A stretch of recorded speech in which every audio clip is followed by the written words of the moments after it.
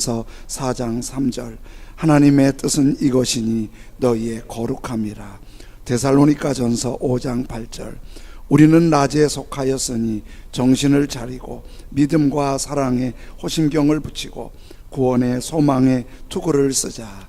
아멘. 우리 가까이 계신 분 서로 교제하십니다. 오늘 또 참으로 복된 날입니다. 또 참으로 복된 날입니다. 아멘. 한 번 더 잘 되고 있습니다. 잘 되고 있습니다. 아멘. 빛이 들지 않고 어둡고 습한 곳에는 곰팡이가 끼고 냄새가 나게 되어 있습니다. 그러나 바람이 잘 통하고 햇볕이 따뜻하게 드는 양지 바른 곳은 언제나 뽀송뽀송해서 기분이 좋습니다. 우리의 마음도 그렇습니다. 항상 마음이 밝은 사람은 언제나 좋게 생각합니다. 매사에 감사하고 긍정적으로 생각하고 또 그렇게 말합니다. 이렇게 화난 사람에게는 마귀가 가까이 하지 못합니다.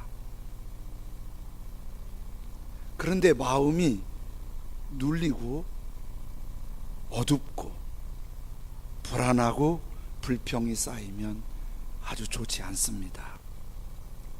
그것은 마귀를 부르는 신호입니다. 세상 살면서 스트레스 받을 일도 많은데 어떻게 밝고 환하게 살 수 있냐고 말할 수 있습니다. 그것도 마귀의 속삭임입니다. 하나님은 우리를 밝고 환하게 살도록 만드시고 인도하십니다. 잠언 4장 18절에 의인의 길은 돋는 햇살 같아서 크게 빛나 한낮의 광명에 이르거니와. 의인이 누구지요? 하나님을 바라고 하나님을 소망하고 하나님과 함께하는 사람이 의의 사람이에요. 그런 사람은 아침에 돋는 햇살이 얼마나 맑고 환해요. 그리고 한낮의 빛은 그 무엇도 가릴 수 없는 광명이잖아요. 감사절은 하나님께 감사를 드리는 축제이면서 하나님께 기쁨이 되면서 또한 우리를 환하게 하시는 하나님의 복된 절기입니다. 데살로니가 교회를 10월, 11월 계속 보는데 데살로니가 교회가 세워지고 교회가 성장하는 과정에 화날 일은 환경적으로 그리 많지 않았어요. 예수님을 믿는 이유 때문에 괴롭힘을 당했어요. 붙들려 가기도 했어요. 아프고 죽기도 했어요. 그리고 예수님 믿는 사람들의 생활 여건도 굉장히 열악했어요.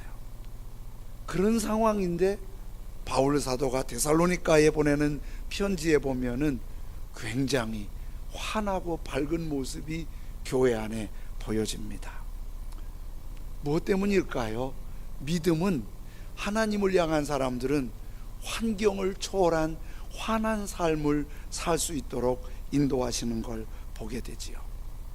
데살로니가를 보면 데살로니가 교회는 예수님께서 우리의 죄를 용서하시고 구원하시려고 십자가에 죽으시고 부활하신 사실을 확실하게 믿는 믿음이 있었어요. 그 믿음에 또 감람산에서 예수님이 하늘로 올라가실 때에 천사가 말해요. 너희가 어찌하여 하늘을 보느냐? 너희 가운데 올리오신 예수님은 너희가 본 그대로 오시리라. 그렇게 말씀하셨어요. 근데 그거를 바울 사도가 데살로니가 교회에 전했는데 데살로니가 교인들은 그거를 구원하신 예수님을 믿지만은 또다시 오시는 예수님, 우리를 구원하시는 재림하시는 예수님을 확실하게 믿고 있었어요. 그런데 다시 오시는 예수님을 믿는데 두 가지 궁금증이 있었어요. 한 가지는 예수님 오시는데 예수님 오시기 전에 예수님 믿다 죽은 사람은 어떻게 하지? 그런 궁금증이 있었어요. 데살로니가 교회는 그런 궁금증이 초창기 교회니까 얼마든지 가질 수 있었어요. 그 궁금증에 대해서 4장에서 말씀하시잖아요. 예수님께서 호령의 선포와 천사장의 나팔로 오시는데, 그 예수님이 오실 때 살아있는 사람보다 죽어 장례 지난 사람이, 예수님 믿는 사람은 변화돼서 공중에 재림하신 예수님을 맞이하러 올라간다는 거예요. 그리고 거기에서 공중에서 다시 오시는 예수님과 7년 동안 영광의 잔치를 하는 거예요. 그런데 죽은 사람만 그러는 게 아니라 우리 살아서 예수님 믿는 사람들도 변화돼서 하늘로 올려서 거기서 먼저 세상 떠난 사람들과 살아있는 사람들이 변화돼서 공중에서 다시 오시는 예수님을 맞이하고 7년 동안 영광의 잔치가 있고, 이 땅에 믿음 없는 사람들은 7년 동안 환란이 있고, 7년 후에 다시 예수님이 오셔서 천년 왕국을 이루시고 그 위에 영원한 영광의 나라를 이루신다고 말씀하셨어요. 이거를 이렇게 말씀해 주신 거지요. 궁금하니까. 두 번째 궁금한 게 또 하나 있었어요. 예수님 언제 오시지? 예수님 언제 오시지? 이것은 예수님 제자 때부터, 12제자 때부터, 그리고 데살로니가 교회, 그리고 지금까지도 예수님 언제 오시지? 이 궁금증은 항상 있어요. 제가 전도사로 사역할 때 청년들 지도하면 청년들이 특강을 부탁할 때 이런 부탁을 많이 했어요. 예수님 재림에 대해서 얘기해 주세요. 요한계시록 좀 설명해 주세요. 이런 얘기가 많았어요.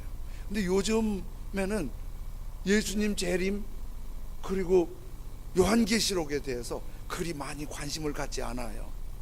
그 이상하지요? 예전엔 그랬는데 왜 요즘엔 그런 관심을 잘 안 가질까? 이렇게 다른 선교지나 그 미국 같은 나라 가서 보니까 비슷한 게 있어요. 사람들은 삶이 어렵고 믿음 생활하기가 힘들고, 그리고 많이 어려움이 밀려오면 주님을 더 많이 기다려요. 천국을 더 많이 기다려요. 근데 환경이 조금 좋아지면 그것보다도 현실의 즐거움을 더 추구하는 경향이 있어요. 이거는 우리만 그런 게 아니라 기독교 역사가 거의 비슷해요. 그럼 데살로니가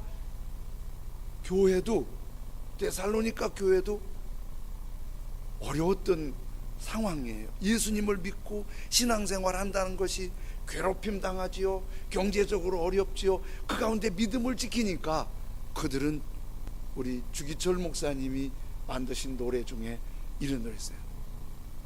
낮에나 밤에나 눈물 머금고 오 주님 오시기만 기다립니다.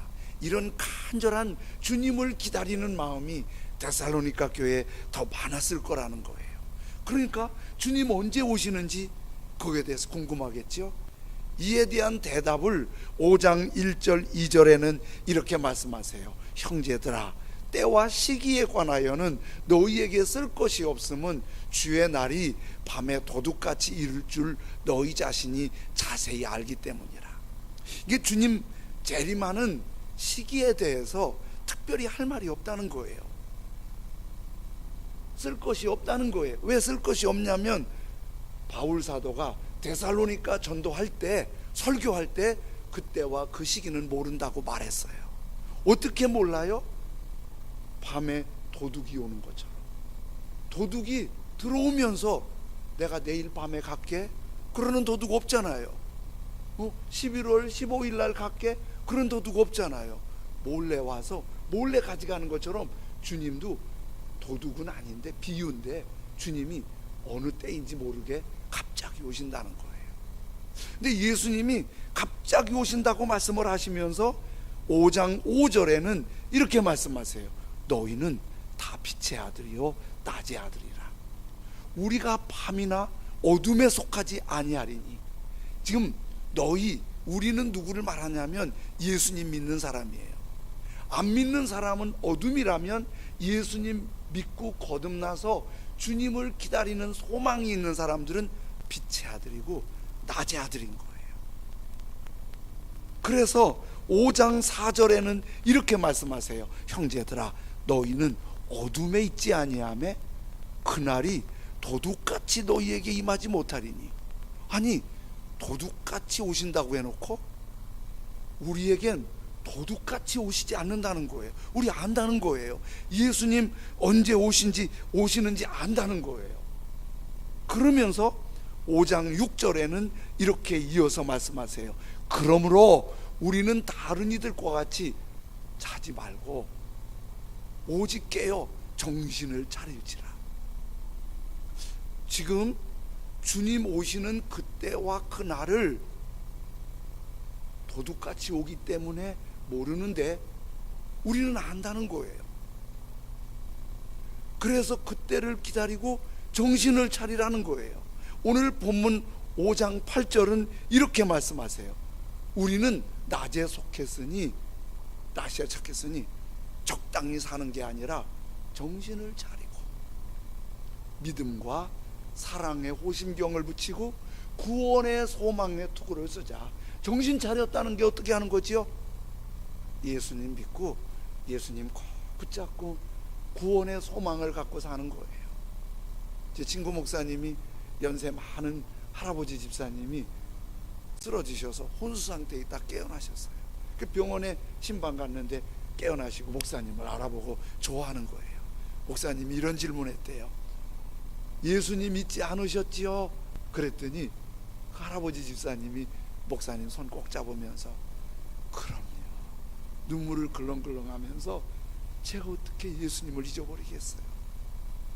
목사님이 너무 감사해서 그 집사님 손잡고 눈물로 기도했대요. 예수님 꼭 붙잡고 있는 게 감사하다. 그날과 그 시를 모르는데 알기는 아는데 그 예수님을 맞을 준비를 정신 차리고 믿음을 갖고 하라는 거예요. 어떻게 또 사랑의 가슴으로 주님을 사랑하고 서로 사랑하고 주님 앞에 설 때 우리가 칭찬받을 수 있는 가장 큰 일이 서로 사랑하는 거예요. 사랑을 나누는 거예요. 그리고 천국의 소망의 모자를 쓰고 그렇게 정신 차리라는 거예요. 그러면요, 조금 혼란이 오지 않으세요? 밤에 도둑같이 오리니, 밤에 도둑같이 오지 않으리니, 이거 어떻게 한다는 거지? 그래서 요런 사인을 주셨어요. 주님 오시는 거를 도둑을 비유하면서 또 이런 비유를 했어요. 해산의 날이 가까운 여인 같다 그랬어요. 우리 아기를 가진 여인은 아기를 가졌는데 자기가 아기를 가지고 언제쯤 아기를 갖게 되었고 언제쯤 아기 날 거라는 그걸 알아요. 근데 주변에서는 그거 계산하는 사람 없잖아요. 그렇죠? 본인은 계산해요. 그런데 어느 날인지는 몰라. 예전에 어떤 한 자매님이 아기를 갖고 있는데 뭐 이렇게 막 바느질을 하는 거예요. 그래서 뭐 해요? 물어봤더니 아기 태어나면 아기 손에 씌워질 아기 장갑을 손으로 이렇게 깁는다는 거예요. 그래서 아니 그걸 왜 깁냐고, 사면은 이쁘고 좋은 것도 많은데. 그랬더니 이렇게 말하는 거예요. 아기한테는 내가 직접 만들어서 하나 해주고 싶다고. 다른 사람 모르는데 엄마는 그걸 알고 준비해요. 아기가 나올 때쯤 되면은 옷도 이불도 포대기도 여러 가지 아기에 필요한 것들을 다 준비해요. 근데 결정적으로 언제 나올지는 몰라. 언제 나올지는 몰라. 어느 날 진통이 와야 빨리 준비하고 병원으로 달려가는 거예요. 우리가 안다는 것은 예수님이 언제 오신 그날과 그 시는 몰라요. 그러나 예수님 다시 오시는 거 알아요. 믿음이에요. 그 징조를 어느 정도 이렇게 분별을 해요. 그래서 우리는 밤이 아니고 낮이에요. 주님을 맞을 준비하며 사는 거예요. 근데 주님을 맞이하며 준비한다면 주님 오시면 혼날 텐데, 주님 오시면 신앙생활 잘 못했는데, 주님 오시면 구원받지 못하면 어떻게 하지? 이렇게 불안하게 생각하는 경우가 있는데, 오늘 데살로니가전서 5장에서는 주님 맞을 준비를 환하고 밝게 준비하라는 거예요. 어떻게 하는 게 환하게 밝게 준비하는 거지요? 예수님과 함께 하는 거예요. 여러분, 나를 사랑하시는, 나를 그렇게 은혜 베푸시는, 나를 그렇게 눈에 넣어도 아프지 않게 귀하게 보시는 그 예수님이 내 손 잡아주시고, 예수님이 나와 함께 하시면 내가 어찌 어둡겠어요? 그치요? 마귀와 자꾸 가까워지니까 어두워지지, 주님 손 잡으면, 주님과 함께 하면 환하고 밝은 거예요. 어떻게 주님과 함께 하죠? 시편 119편의 하나님의 말씀은 내 팔의 등이요 내 길의 빛입니다. 하나님의 말씀이 나를 환하게 인도해 주세요. 그래서 말씀을 읽고, 예배드리러 와서 말씀을 듣고, 또 말씀을 큐티하고, 또 새벽에도 말씀을 다시 묵상하고, 그러면서 그 말씀이 내 마음에, 내 생각에, 내 삶에 많은 영향을 끼치면 그게 하나님과 함께 하는 거예요. 그러면 데살로니가 교회처럼 스트레스가 있고 어려운 환경인데도 마음이 환하고, 생각이 환하고, 얼굴이 환하고, 삶이 주님의 향취가 있는 거예요. 그런 은혜가 있는 거예요.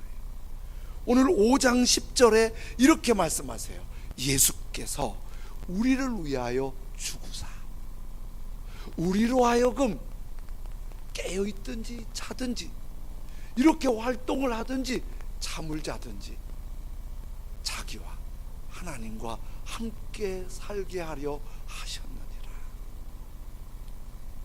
주님께서 우리를 위해 십자가에 죽으시고 부활하시고 다시 오시는 소망을 갖고, 영광의 소망을 갖고 살게 하는 가장 중요한 이유는 자나깨나 주님과 함께 사는 거예요. 하나님과 함께 사는 거예요. 그 함께 사는 거기에 얼마나 환하고 얼마나 기쁘고 얼마나 좋은 일이 있겠어요. 이상춘 장로님이라는 분이 책을 냈는데요, 예수님의 마음을 품은 사람인데, 그 책이 이제 유고작인 것 같아요. 근데 이 장로님이 정년 퇴임을 하시고 이제 시간이 여유가 있으니까 여주 교도소에 가셔서 자원봉사를 하셨어요. 예배 드릴 때 예배 준비하고, 또 예배 같이 드리고, 찬양하고, 또 제소자들하고 상담하고, 필요한 거 도와주고, 그러면서 제소자들을 섬겼어요. 그렇게 열심히 섬기는 생활하는데 어느 날 장로님이 몸이 안 좋아서 병원에 가봤더니 검진받아 보니까 간암 말기예요. 자기가 그걸 몰랐어요. 의사의 판정으로는 3개월 더 살 수 없다는 거예요. 아주 그렇게 심해진 거를 전혀 몰랐어요. 가족들 입원하라고 난리예요. 병원에서도 이 상태는 3개월도 단축될 수 있으니까 입원하라고 해요. 근데 장로님이 입원을 포기해요. 그리고 하나님께 이렇게 기도해요. 하나님, 하나님의 뜻이면 나를 고쳐 쓰세요. 혹시 하나님의 뜻이 아니면 암을 끌어안은 대로 써주세요. 암을 끌어안은 대로 써주세요. 하나님이 기뻐하시면 데려가 주세요. 정말 편안하고 당당하게 필요하시면 고쳐 써주시고, 암이 끌어안고 필요하면 암이 있는 상태로 써주시고, 데려가시면 아멘 하고 가겠습니다. 이 장로님의 기도 제목이, 간절한 기도 제목이 하나 있어요. 간이 상처를 입으면 얼굴이 황달이 와요. 그리고 간암은 복수가 차서 배가 임산부보다 더 나오기도 하고 그래요. 하나님한테 이런 기도해요. 하나님, 저 황달 막아주세요. 제가 제소자들 섬기러 가는데 얼굴에 병색이 짙으면 덕이 안 되잖아요. 복수 차지 않게 해주세요. 이만큼 배가 나와서 헉헉거리면 제가 섬길 수 있겠어요? 하나님 그 기도 들어주셨어요. 마지막까지 황달이 오지 않고 복수가 차지 않고 3개월밖에 못 사신다던 장로님이 5년 더 사셨어요. 특징이 몸이 편찮으실 때 사진인데, 몸은 헬스가지만 얼굴은 헬스가지만 굉장히 환하잖아요. 이게 주님과 함께하는 은혜예요. 마귀를 가까이 하면, 세상을 가까이 하면 막 쾌락하고 즐기는 것 같지만 어두워요. 그러나 하나님 내 손 잡아주시고 하나님이 나를 붙잡아 주시면, 아니, 하나님은 우주 공간 어디에서나 나와 함께 하세요.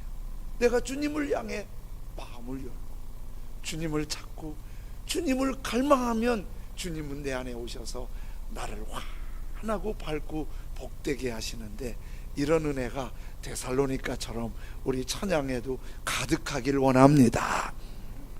한 가지 더 있는데요, 다윗이 이르잖아요. 삶이 정말 힘들 때가 있었어요. 화려한 인생이지만 제가 다윗의 인생을 많이 살펴보면서 묵상했는데 적어도 10번 이상은 죽을 겁이 지났어요. 이렇게 혹독한 삶을 지나면서 하나님한테 인생 정말 덧없습니다, 허무합니다, 험악한 인생길 걸었습니다, 이렇게 회고하지 않아요. 시편 23편에 이렇게 노래해요. 하나님은 나의 목자시, 목자와 양은 떠날 수 없어. 내게 부족함이 없으리로다. 그가 나를 푸른 풀밭에 누이시며 쉴 만한 물가로 인도하시는도다. 많은 어려움들이 밀려왔지만은 여전히 밝은 다윗을 얘기하는 거예요. 부족함이 없도다. 늘 인도하시는도다. 주님 함께하는 삶이 이렇게 밝아요. 그리고 데살로니가 교회의 두 번째 그 환하게 사는 메시지는요, 5장 18절입니다. 범사에 감사하라. 이것이 그리스도 예수 안에서 너희를 향하신 하나님의 뜻이니라. 감사가 하나님의 뜻이에요. 어떤 감사? 좋은 일에 감사 다 할 수 있어요. 모든 일에, 안 좋은 일에도 감사하는 거예요. 안 좋은 일에도 감사할 수 있는 게 하나님의 뜻이에요. 범사니까. 감사일기를 쓰자고 그러니까 어떤 분은 정말 감사일기를 꼬박꼬박 잘 쓰세요. 어떤 분은 아직도 안 쓰시는 것 같아요. 제가 일일이 다 점검을 안 했어요. 어떤 분은 꼬박꼬박 써요. 어떤 분은 안 쓰시는 것 같아요. 여러분, 감사일기 쓰는 분하고 안 쓰는 분하고 누가 더 밝을까요? 누구 마음을 더 밝게 해주실까요? 저도 저녁이면, 아침에도 눈 뜨면 감사일기를 꼭 써요. 근데 참 감사일기 쓰신 분들 몇 개 읽어보기도 했고, 또 제 감사일기를 봐도 하나 참 신기한 게 있어요.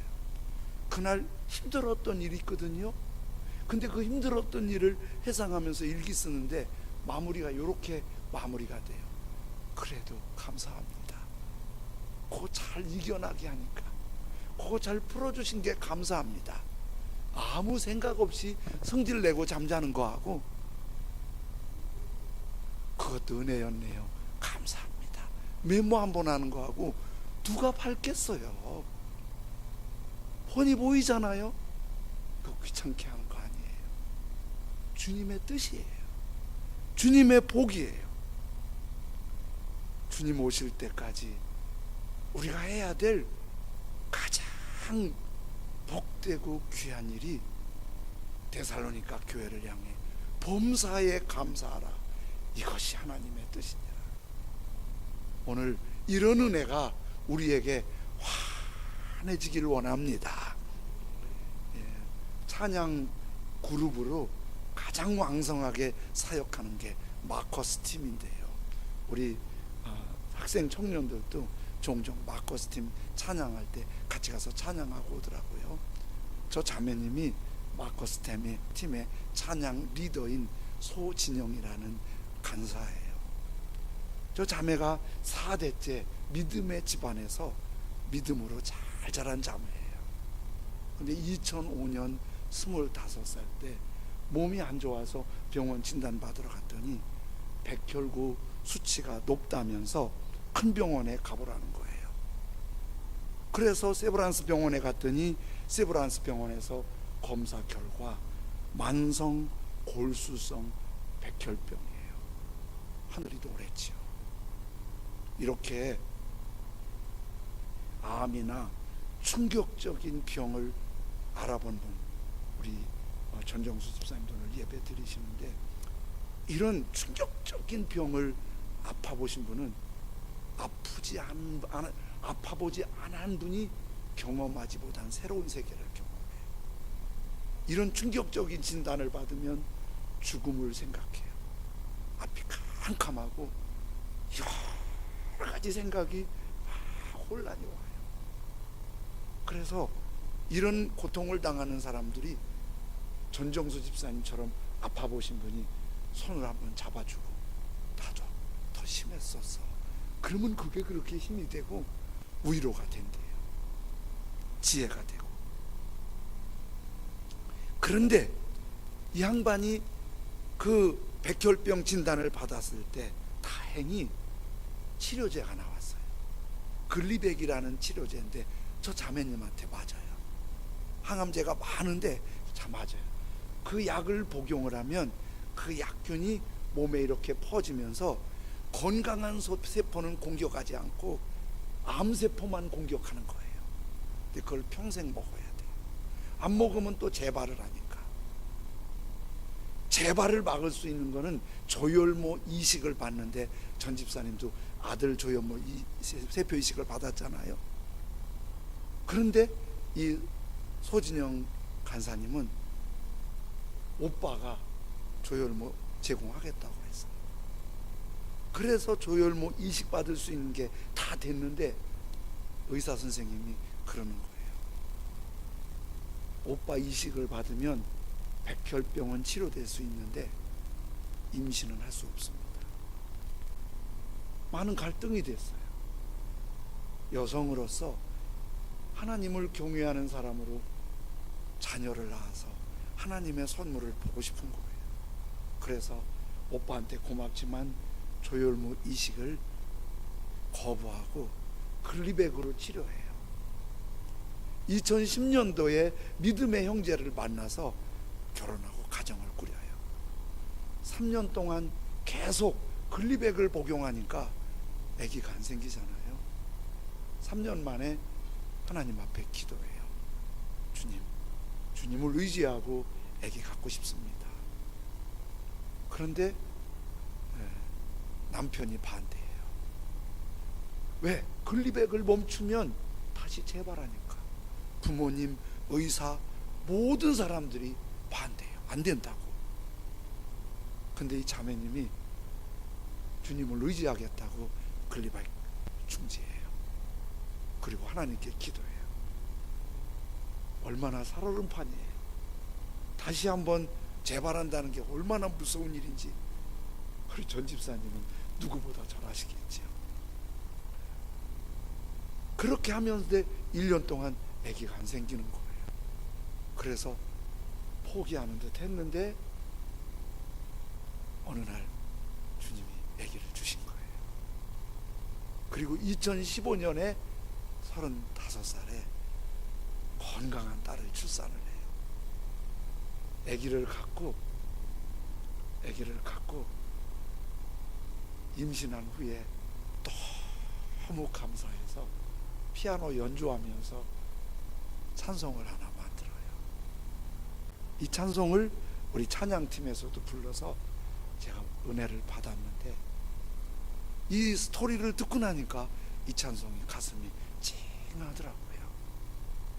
은혜 아니면 살아갈 수가 없네. 호흡마저도 다 주의 것이니.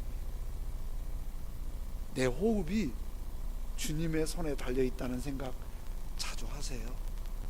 이거는 이 소자매님이 생각한 생각하고 우리가 고백하고 달라요. 호흡마저도 다 주의 것이니. 세상 평안과 우위로 내게 없어도, 세상에는 우위로와 평안이 없어요. 예수, 오직 예수뿐이네. 크신 계획 다 볼 수도 없고, 크신 계획 다 볼 수도 없고, 작은 고난에 지쳐도 죽게 묶인 나의 모든 삶, 이렇게 고백해요. 버티고 견디게 하시네. 그 삶이, 그 아픔이 그 주님을 향한 게 노래가 되잖아요. 주님 그 위로와 소망이 버티고 견디게 하시네. 은혜 아니면 살아갈 수가 없네. 나의 모든 것 다 주께 맡기니. 참된 평안과 우위로 내게 주신 주 예수, 오직 예수뿐이네. 우리를 어둡고 답답하게 하는 일들이 수없이 우리 앞을 가로막고 있습니다. 스트레스도 계속됩니다. 살다 보면 다 그렇게 힘든 세상 어둡게 사는 거라고 마귀는 속삭입니다. 그러나 다시 오실 주님은 우리에게 말씀하십니다. 환하게 살 수 있다. 어떻게? 주님과 함께. 그 은혜를 아는 사람은 얼마나 가슴이 뜨거운 감사할까요? 그 은혜를 아는 사람은 얼마나 주님을 향한 노래가 살아있을까요? 이렇게 주님 손잡고 주님께 감사하는 사람은 감동의 노래를 하고 주님이 아주 기뻐하시고 우리는 환해지는 은혜를 잊게 될 줄로 믿습니다. 우리 이 노래 같이 한번 하시겠습니다. 은혜 아니면